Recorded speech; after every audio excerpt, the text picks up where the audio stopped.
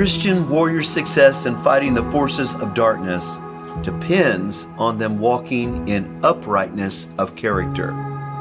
Ephesians 6:14 says, "Stand firm then with the belt of truth buckled around your waist." Now notice this, with the breastplate of righteousness in place. The Roman soldier's breastplate provided vital protection against arrows and blows for the vital organs in the chest, including the heart and lungs. The breastplate was constructed of tough leather or even metal. It covered the soldier's torso and sometimes even his back. Marvin Richardson Vincent notes, "The corset of metal scales fastened upon leather or linen. It was flexible bands folding together over each other. It was introduced during the Roman time." According to Vincent, the breastplate, when placed upon its lower edge, just setting down, would stand erect. It consisted of two parts: the breastplate made of hard leather, bronze, or iron, and the corresponding plate covering the back. He goes on to say they were all connected by leather straps or metal bands passing over the shoulders and fastened in front by hinges on the right side. Again, the breastplate covered the vital organs of the body, including the heart. And the soldier might be able to survive if somebody hit him in the arms or the leg, but an injury to the heart would prove fatal. Paul informed the Corinthians that as servants of God, we commend ourselves in every way. He says, in truthful speech and in the power of God, with weapons of righteousness in the right hand and in the left. Now, we're justified by the blood of Jesus. We're declared righteous in the eyes of God. But Paul refers to ethical righteousness, practical righteousness in this passage. Believers must put on the righteousness of God, and they must strive to live following the example of Christ. If spiritual warriors want to win against satanic attack, they must do what's right. They must live just and upright. They must put on the new man, living out a righteous life, evidenced by doing the right thing. Uprightness in character protects the heart.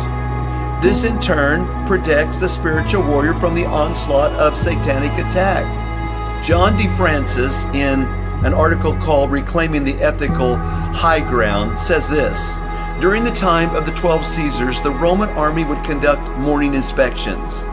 As the inspecting centurion would come in front of each legionnaire, the soldier would strike with his right fist the armored breastplate that covered his heart.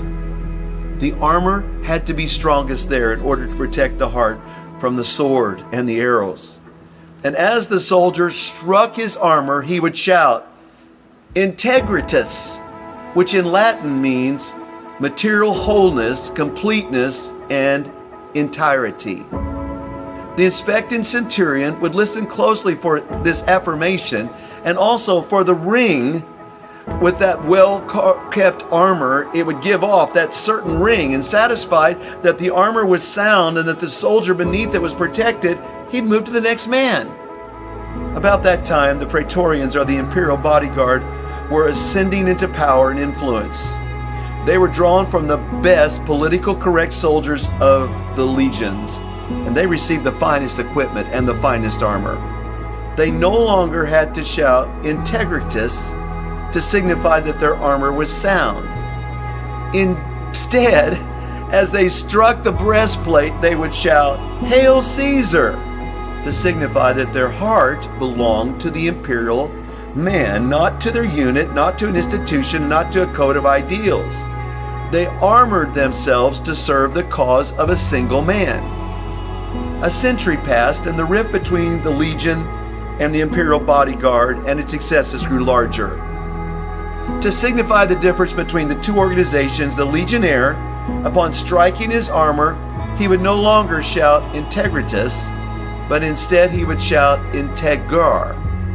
Now, "Integrar" means undiminished, complete, perfect. It not only indicated that the armor was sound, it also indicated that the soldier wearing the armor was sound in character. He was complete in his integrity. His heart was in the right place. His standards and morals were high.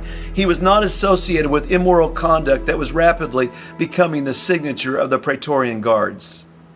The armor of integrity continued to serve the legion well, and for over 4 centuries they held the line against the marauding Goths and Vandals. But by 383, the social decline that inflicted the Republic and the Guard had its effect upon the legion.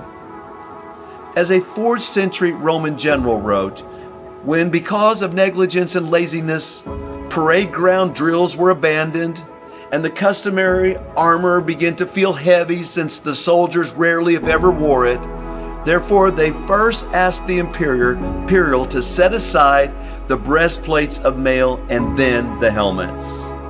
The guy goes on to say, so our soldiers fought the Goths without any protection for the heart and head, and they were often beaten by the archers.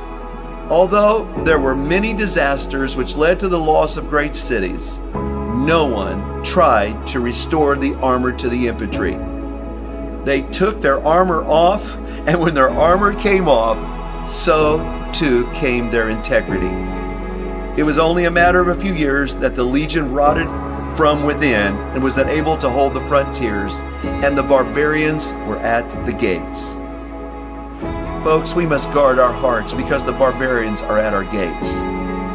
We must wear the breastplate to guard our hearts because Satan is at our heart's gate even right now.